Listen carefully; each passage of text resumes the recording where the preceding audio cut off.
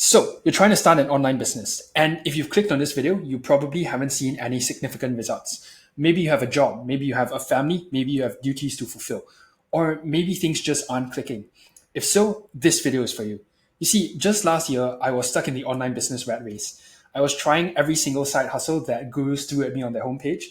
And I was staying up late, binge watching, the easiest way to make online money. And every single time, I was disappointed when nothing worked. But then I changed my strategy, and just 2 months later, I hit my first 3K month. Since then, I've quit my job, gone all in, and I bring in about 10 to 12K a month consistently and can work from anywhere I want. Look, you see, I'm not a millionaire. I'm not Iman Gachi. I'm not Andrew Tate, and I'll never claim to be. But this, what I'm about to share with you, is my exact strategy that I've used for me and many other people to land their first high ticket clients in 1 or 2 months from now. This is completely relevant, completely recent information because it's worked for us in the last year. And I'm really confident it'll work for you too. All right, let's get into it. When I first started an online business, I thought that those who made it were better, richer, or had somehow mastered this skill, which us normies were completely unaware of. And I can tell you that that's completely not true. All it takes in order to succeed in online business is to master a few key fundamental concepts fast. The first one is actually knowing when you're able to monetize.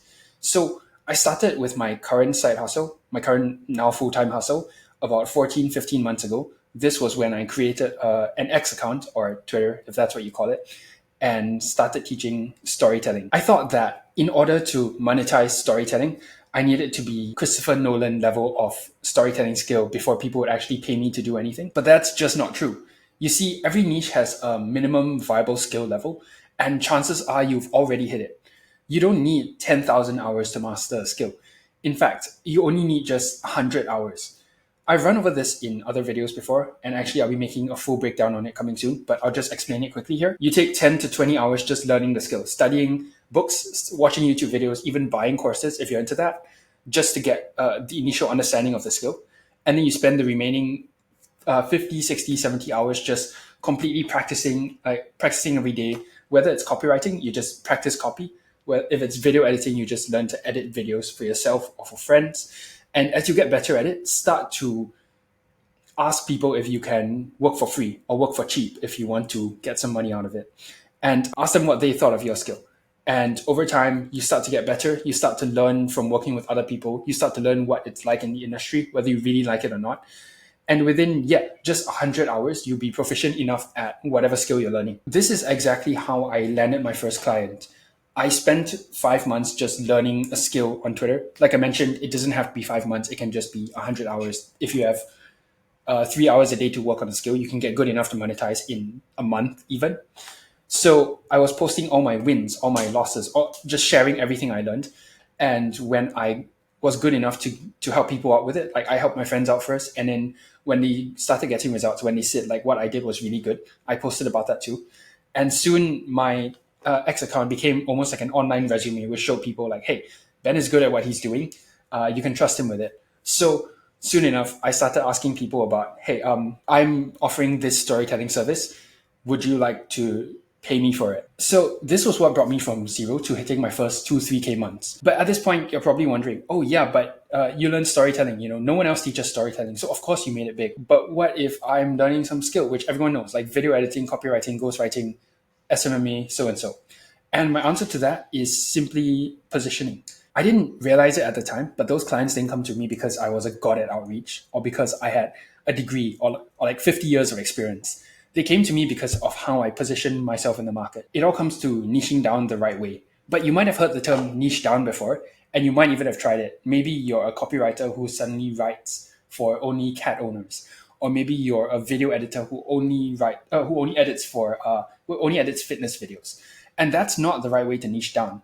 So going back to an example of how I did it, at this point, I was making about 3K a month, and I saw a bunch of people teaching how to grow online, specifically on X. And since I had decent growth on X, I had a good amount of Instagram followers, I had a good amount of YouTube subscribers on another channel, I thought, hey, you know what? I want to try teaching other people how to grow on X. But the problem was, at this point, there were hundreds, if not thousands of other people teaching the exact same thing in my niche, and 99% of them weren't succeeding. But still, within 2 months, I was able to make the jump from 3K a month to 5K a month in a overly saturated niche. simply by positioning myself and niching down properly. But in the first place, why is positioning important? Why do we need to niche down?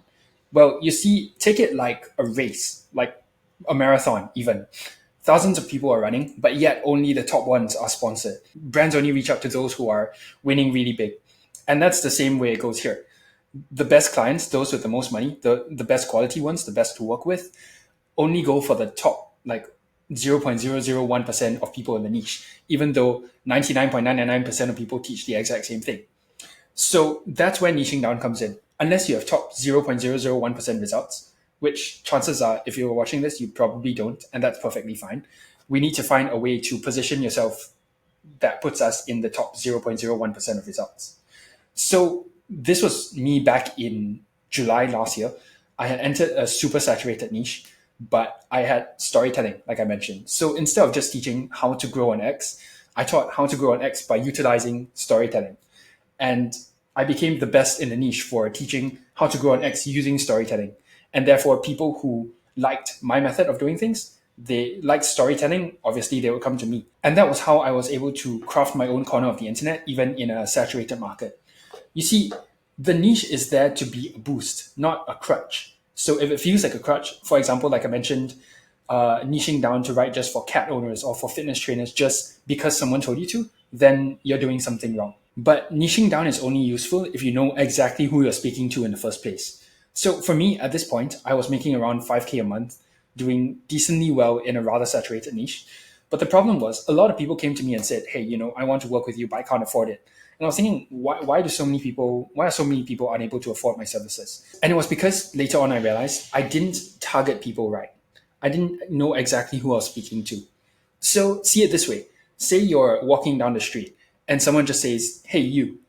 If it's a busy street, you likely won't turn around because they could be talking to literally anyone else. But if you're walking down the street and someone says, hey, you, and then they proceed to describe you in like extreme detail. For example, for me, someone says, hey, the guy with the messy hair and the black glasses and the black shirt, I would definitely turn around because they're calling me out specifically. And that's exactly how you want your ideal client to feel when they come across your content. You want them to feel like they're calling you out specifically. So the way I do this is by writing content. Like I mentioned, I use X in order to promote my services. So I target my ideal clients' pain points and I show them how I'm able to solve them. This is a more in-depth concept, which if I were to include in this video, it would probably be an hour long. So I wrote a free guide on this, on my exact process on how to do it. I'll leave it in the description so you can go grab that. It's going to lead you to my email list and you will receive emails from me. So if that's something you don't want to get, just feel free to unsubscribe after. No hard feelings, no strings attached. I'm not going to have your data for the rest of my life or something like that. So yeah, free guide in the description. Now that you've got your ICP settled, you might have gone through all this already. You might have learned how to target someone. You might have a specific person in mind. You might have a skill. You might have a certain way which makes you unique. But when you pitch someone, when you ask, hey, do you want to work with me? A lot of them still say no. It's probably for one specific reason. So when I was making about $5,000 a month, I would go up to people and say, hey, this is what you get when working with me. I will teach you how to grow, and you get one weekly call with me, and you get access to me through Telegram or WhatsApp or Slack or whatever of your choice. And on top of that, I'll even give you a whole 80,000 word module on exactly everything you need to grow. And this module took me a long time to write, and it normally costs this much. And I was thinking like, hey, I gave my clients everything. I told them everything they'll get, and somehow they still said no. And I realized later on, this is a sales concept, but I was selling the features and not the outcomes. You see, clients don't care that they get access to you by Telegram or WhatsApp. They were doing perfectly fine without it anyway. The reason why they're there is to see how you can help them, to see what's in it for them. So when I started changing my offer from, hey, you get this DM access to me and you get my 80,000 word client resource, all that stuff, to I'll teach you how to grow 300 followers on X, and I'll show you how to get 15 to 20 leads, which can translate to this much money for your business. They understood why it was important for them, like what was in it for them. And just that small tip alone helped me just boost my conversions by a lot. So this was exactly how I went from 0 to 3K a month to 5K a month to 10 to 12K just in the last year. Like I mentioned, I do have a free guide breaking down the more in-depth, intricate concepts, which I couldn't go over in this video because then it'll be way too long. So grab it in the description if you haven't already. I'll be sharing more about how I grew my online business in the last year, So if that seems like something you're interested in, just hit subscribe and you get more videos like these. I try to put these out every like 2 or 3 days for now. And yeah, thank you so much for watching. Have a good rest of your day. Bye.